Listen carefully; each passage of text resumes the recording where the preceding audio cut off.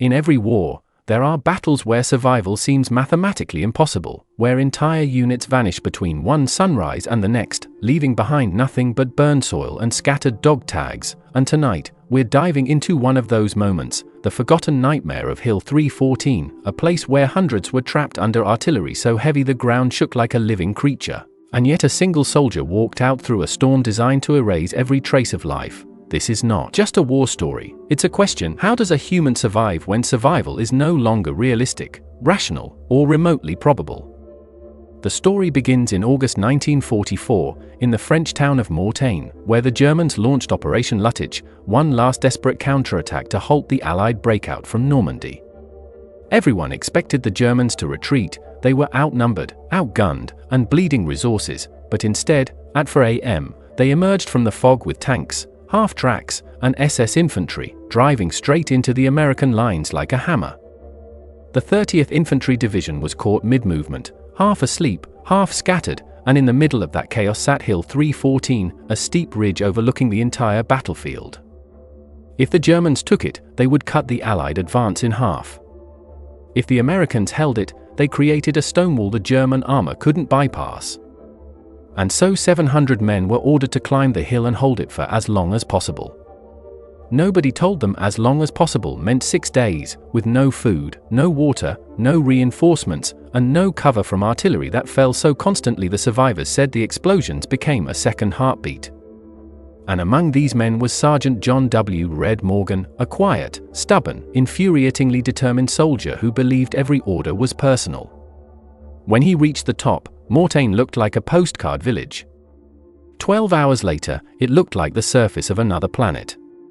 German Nebelwerfers screamed like demons as they launched, and each rocket exploded with the power of several artillery shells. Tanks circled the base of the hill, firing blind into the tree line. Mortars rained down in patterns designed to trap the defenders in kill zones. Every time someone raised their head, a sniper fired.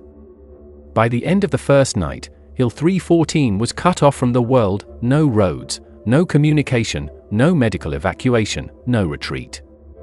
The men were alone, surrounded on all sides. The Germans assumed they would break within 24 hours. They didn't.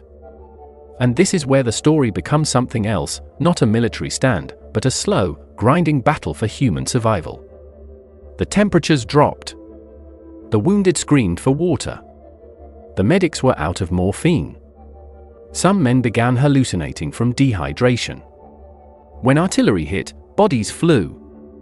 And through all of it, Red Morgan crawled from foxhole to foxhole, dragging the wounded, distributing the last ammunition, and whispering the same sentence over and over: "We hold until someone tells us not to."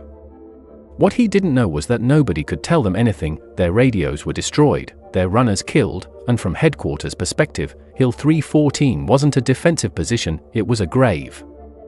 On the third day, the Americans attempted to drop supplies from the air. Almost all of it fell behind German lines.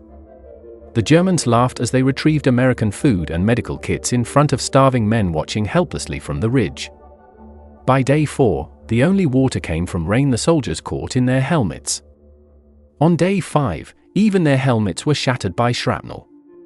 And yet the hill still held. But survival was no longer a question of courage, it became mathematical torture. Men rationed 1 sip of water across 12 hours. Some chewed leaves just to keep saliva moving. They ate raw onions from abandoned French gardens on the backside of the hill. They used torn shirts as bandages.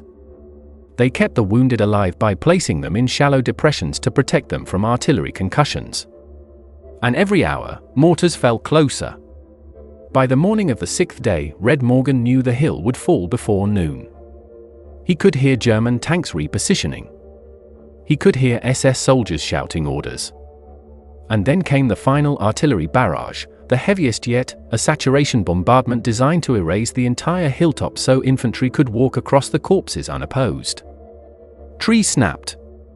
Rocks exploded like grenades. Soil turned into dust clouds that blinded men. Several positions simply vanished. When it ended, twisted steel and pulverized bodies littered the ridge, and Red Morgan was one of the few still conscious. He crawled across the ground, blind in one eye, deaf in one ear, coughing blood, searching for anyone alive. He found 9 men. 9. Out of hundreds. And the Germans were already climbing. Morgan had to make a decision: stay and die, or try something insane, carry the wounded down the back slope of the hill, through German patrols, through artillery craters, and somehow reach friendly lines miles away. No sane man would have tried. Morgan wasn't operating on sanity anymore. He tied bandages, dragged bodies, pushed others on makeshift stretchers carved from doors blown apart by explosions. Every step triggered pain through shrapnel in his legs, but he kept moving. When they reached the tree line, German infantry passed within 30 feet. Morgan told the men, no sound. Not even breathing. They waited, motionless, as boots and rifle slings brushed branches overhead. When night fell, Morgan led the wounded through hedgerows so thick they blocked the moon. He carried 2 men on his back, one at a time, leapfrogging them forward. And after hours of moving, collapsing, and moving again, he saw something that made him stop, a glimmer, a faint light from a cigarette. But the glow wasn't German red, it was American orange. They had reached friendly lines. When Morgan stumbled into camp at dawn, carrying 1 man over his shoulders and dragging another behind him, the entire division went silent. They had written Hill 314 off as annihilated. Nobody expected survivors. Nobody expected anyone to walk out. Morgan delivered not 2 wounded soldiers, but 7. Against logic. Against artillery. Against starvation. Against an army that believed it had already won. And here's the part history skips: after being treated, Morgan asked if the hill was still being held. When told yes, he tried to walk back. Medics physically restrained him. The stand on Hill 314 became one of the defining reasons the German counterattack at Mortain failed. The men who survived were awarded multiple decorations. But the real story, the survival story, became buried under larger battles as the war moved forward. So here is the truth: survival in war isn't always about strength, training, or luck. Sometimes it's about one person who refuses the outcome everyone else accepts, who says not yet when the world says done, and who walks out of places designed to kill every living thing. And if you want more real battles, real men, and real moments history tried to bury, make sure you subscribe, because this channel is built for the stories textbooks refuse to tell.